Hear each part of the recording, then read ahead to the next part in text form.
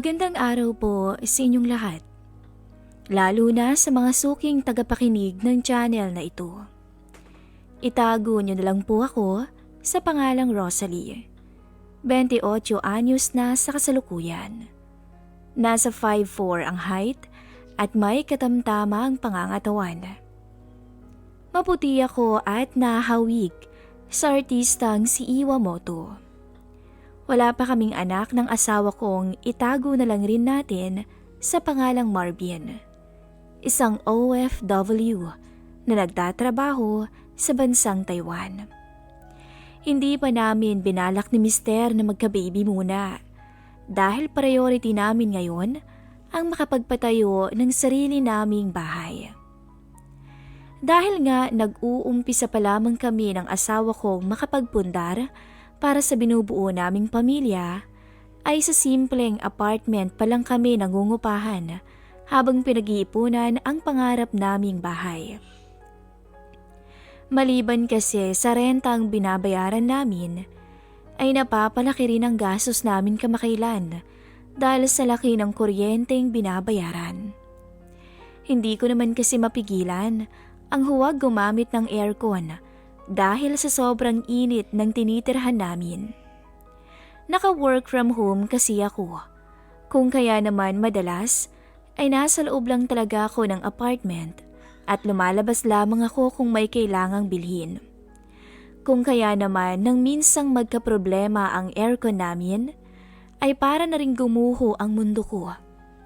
Ito rin ang dahilan kung bakit nagkaroon ako ng hindi makakalimutang karanasan sa piling ng aircon technician na tinawagan ko para ayusin ang nasira naming aircon.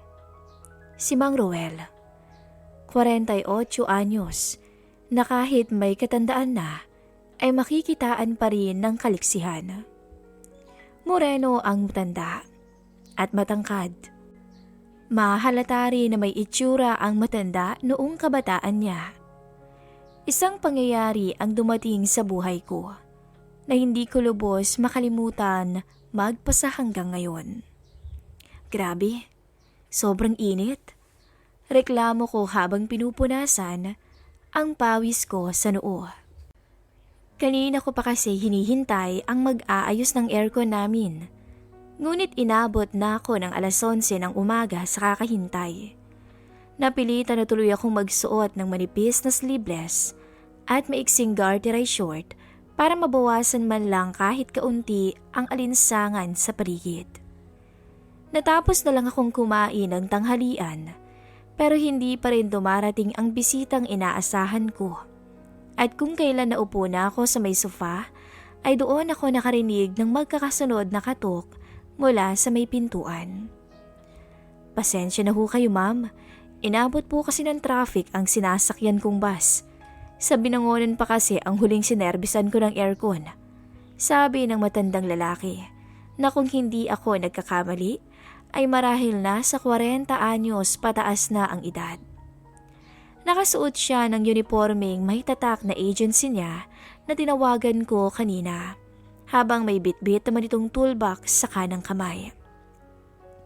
Ako nga ho pala si Ruel, pagpapakilala pa nito. Tuloy kayo Manong Ruel.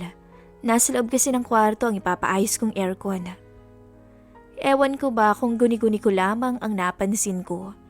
Pero parang habang naglalakad kaming dalawa, ay may ibang ibig sabihin ang mga pagsulyap nito sa akin.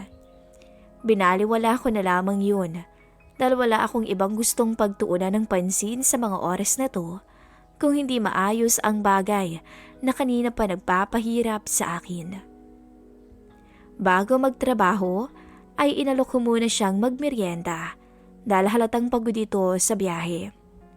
Hindi naman siya tumanggi sa alok ko at ilang beses pang nagpasalamat dahil nagmamadali raw siyang kumain ng tanghalian sa loob ng bus. Maya-maya pa, binigyan ko ng konting katahimikan at lugar si Manong para magawa nito ng walang istorbo ang trabaho niya. Hinayaan ko rin tong ilatag ang kulay itim na mat sa sahig kung saan niya ilalagay ang aircon pagkatapos itong baklasin mula sa dingding. Sa kabila nun, Pansin kong panay pa rin ang nakaw nito ng tingin sa akin sa tuwing lalapitan ko siya. Ito namang si Manong. Kailangan pa yata ng inspirasyon sa trabaho. Natatawa kong sabi tsaka napailing na lamang. Siguro may konti din naman akong kasalanan sa kanya. Dahil masyado nga namang sexy ang suot kong pambahay. Kaya hindi ito makapag-focus at panay ang sulyap. Halos 1 oras pa lamang ang lumipas. Pero maging si Manong ay pawis na rin sa kinaroroonan niya. Mabuti na lang nga at may dala itong puting tuwalyang pamunas ng muka. Pasensya na iha. Hindi sana ganito kaalinsangan ngayon kung mas maaga akong nakarating. Sabi nito at saka napailing. Tapos ko na sana tong ayusin kanina pa. Umiling naman ako habang nakatingin sa direksyon nito. Huwag na kayong humingi ng pasensya, Manong. Ang mahalaga, maayos ang aircon namin ngayon. Baka kasi himatayin na ako sa sobrang init ng panahon kung aabutin pa yan ng bukas. Nang mga oras na yon, kulang na lang maligo ako ng pawis habang nakikipag-usap kay Manong Ruel. Akala ko'y magiging normal na ang takbo ng trabaho nito, pero mukhang lalong mas napadalas ang pagliw niya sa akin, lalo na sa legs ko. Napailing tuloy ako ng palihim dahil mukhang kahit na busy sa pag-aayos si Manong, ay busy din ang mga mata niya sa kalokohan. Agad tuloy na bumalik sa alaala ko ang biruan at kulitan naming dalawa ng asawa ko kamakailan. Tinanong niya kasi ako kung ano raw ba ang mararamdaman ko kapag nalaman kong may mga natatakam sa aking ibang lalaki. Natawa naman ako sabay sabing, "Eddie, aakitin ko hanggang sa umasa." Hindi pa siya nakontento sa naging sagot ko dahil kung saan saang lupalop na gumala ang imahinasyon nito, kaya pinagtawanan ko na lamang siya. Paano kaya kapag nalaman itong nagkatotoo ang mga iniisip niya? Hindi ko tuloy na malayang napapangiti na pala ako sa kinauupuan ko dahil sa mga kalokohang tumatakbo ngayon sa isipan ko.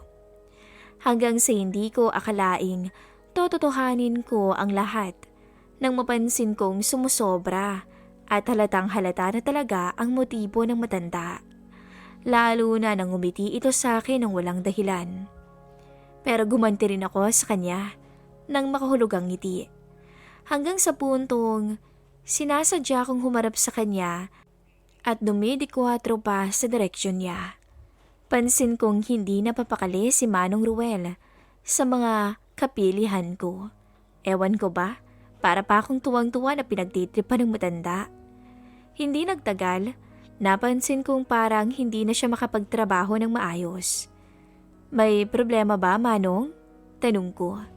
Kasi ma'am, napahinto siya na para bang nagpipigil lang sasabihin. Parang mas lalong uminit yata yung panahon dahil sa inyo. Ha? Bakit naman po? Pagkukunwari ko kahit ang totoo, ay kanina pa ako nag-e-enjoy na pagtripan siya. Akala ko'y mas lalo niya akong kukumprontahin tungkol sa bagay na yun. Pero hindi na to nagtanong pa. Bagkus, nakiusap na lamang to sa akin kung pwede daw ba niyang tanggalin ang pantaas niyang uniforme dahil kanina pa pinagpapawisan ng likod niya sa sobrang init. Hinayaan ko naman tong gawin ang nais niya dahil maalinsangan naman talaga. "Salamat ma'am, huwag kang mag-alala. Sisiguraduhin kong matatapos to ngayong hapon." Anya habang inilalagay ang inalis na damit malapit sa kanyang toolbox.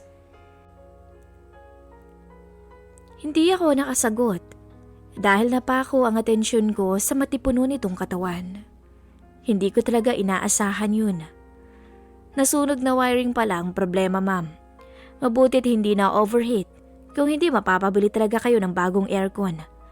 Sabi niya pagkatapos nitong maibalik sa ayos ang aircon namin. Hindi ako nakasagot agad dahil sa pagkamangha sa itsura ni Manong Ruel.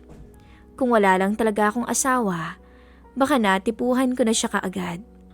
"Salamat Manong ah, talagang tinapos niyo talaga bago magdilim. Hayaan niyo at magbibigay ako ng tip sa inyo." Sabi ko nang magawa niyang makalapit sa kinaroroonan ko. Tumawa lamang ito at saka makahulugang tumingin sa akin. Pwede bang hindi na lang pera ang ibigay mong tip sa akin, iha? Nagulat talaga ako sa sinabi ni Manong at alam kong napansin niya yon. Alam ko namang sinasadya mong lahat ng yun kanina pa. Dagdag pa nito, tsaka ngumiti ng nakakaloko sa harapan ko. Nag-enjoy ka naman ba sa ginawa mo sa akin kanina, ma'am? Imbis na maalibadbaran, ay tila naging alipin ako ng sitwasyon dahil sa lapit namin sa isa't isa. Masyado kasi kayong halata, Manong eh. Panay yung tingin mo sa akin habang nagtatrabaho ka. Munti ko pang mahampas ang balikat nito habang nagsasalita. Agad naman tong natawa dahil sa sinabi ko. Sorry, iha. Hindi ko naman kasi matiis. Minsan lang kasing may magpaayos na kasing ganda mo. Tsaka alam mo naman, matanda na rin, kaya bihira ng pagbigyan. Lagi na kasing bad trip si Mrs., kaya nawawala na ang lambing. Ako naman ang natawa.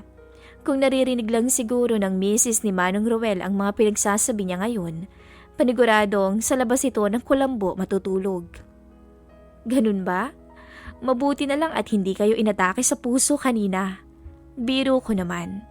Kung sa bagay, matipuno pa naman kayong tingnan kahit may edad na.